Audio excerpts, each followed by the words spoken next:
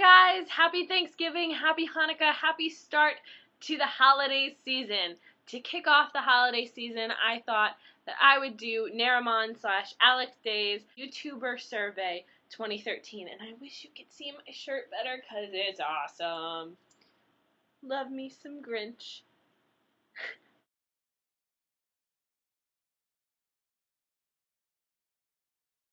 My biggest fear of like a physical thing has to be heights. I hate heights.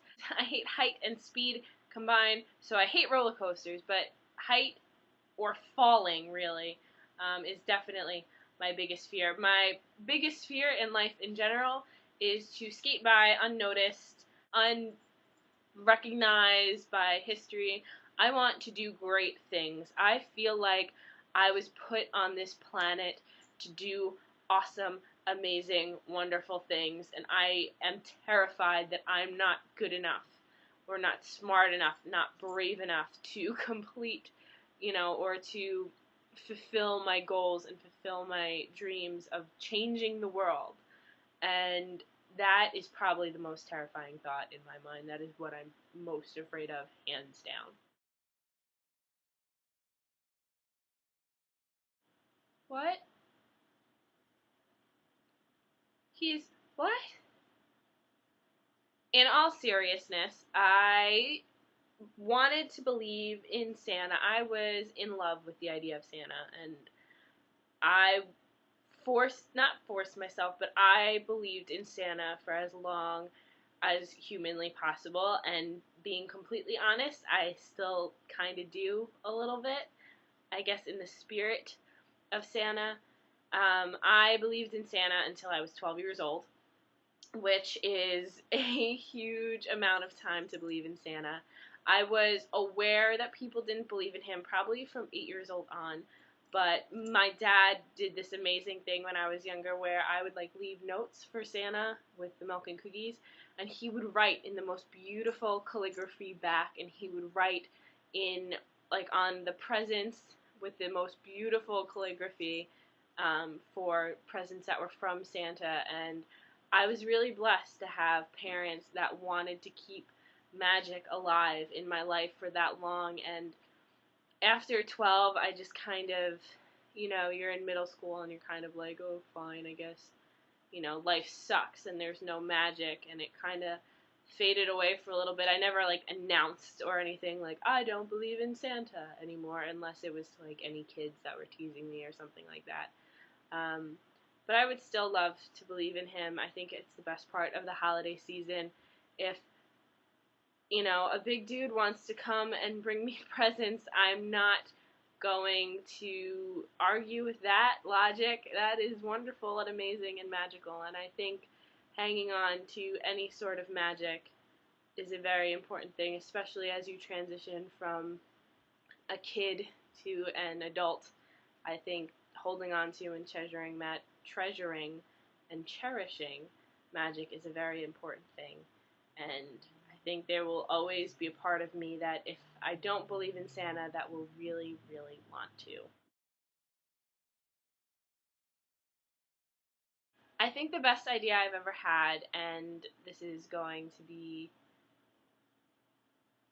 tough to say, I guess, and I'm sure my parents aren't going to like this answer, but was probably to move to Florida to go to school. I think it was very important for me to get away from where I was. I don't think I was very happy.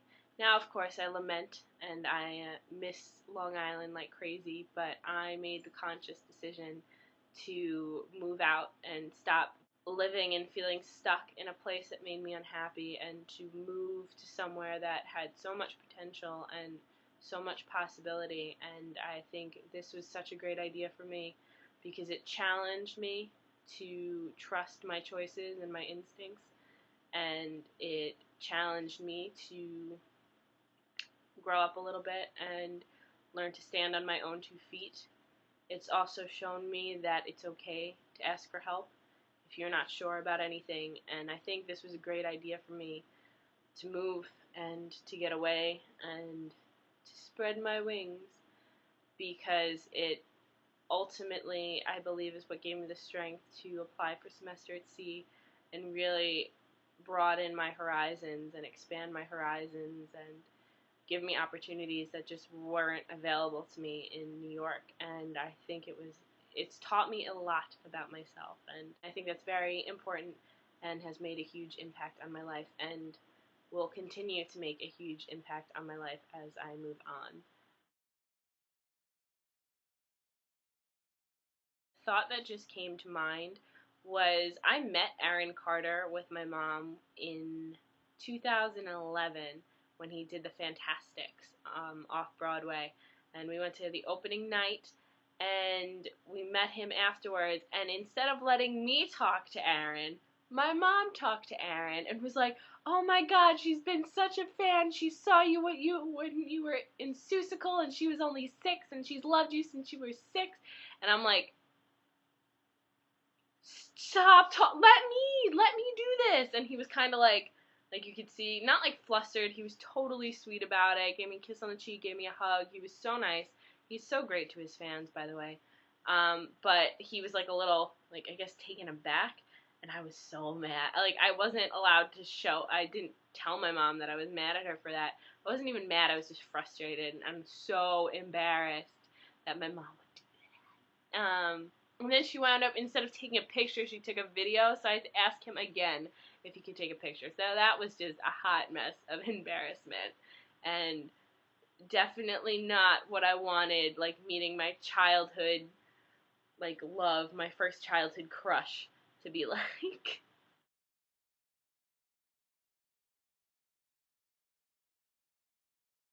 A wildlife veterinarian, or, and this is going to sound crazy, but like the next Steve Irwin kind of person. I want to travel. I know that in my life. I want to travel to different places. I want to work with wildlife all around the world. And I love educating people about conservation. I said in my answer to the first question, I want to change the world. And I feel that Steve Irwin did that in parts and in his ways before he passed away. And if I could be the next Steve Irwin, and if that could be my career, I'd do it in a heartbeat. I'd do it for the rest of my life, and I would die a very, very happy person. And oh my goodness, I'm not saying that being the next Steve Irwin would mean that I would die like that. I mean, everybody dies. So if I could just be the next Steve Irwin and be, or Jack Hanna, or Attenborough, Goodall, etc., and, you know, educate people and travel around the world and work with different wildlife and work with the people and work with conservation, I would be the happiest person in the world. That is my goal in life, and that's all I've ever wanted to do since I started watching The Crocodile Hunter when I was like 5 or 6, and that's all I've ever wanted to be, and I think that's all I will ever want to be, and I would be totally happy doing that for the rest of my life.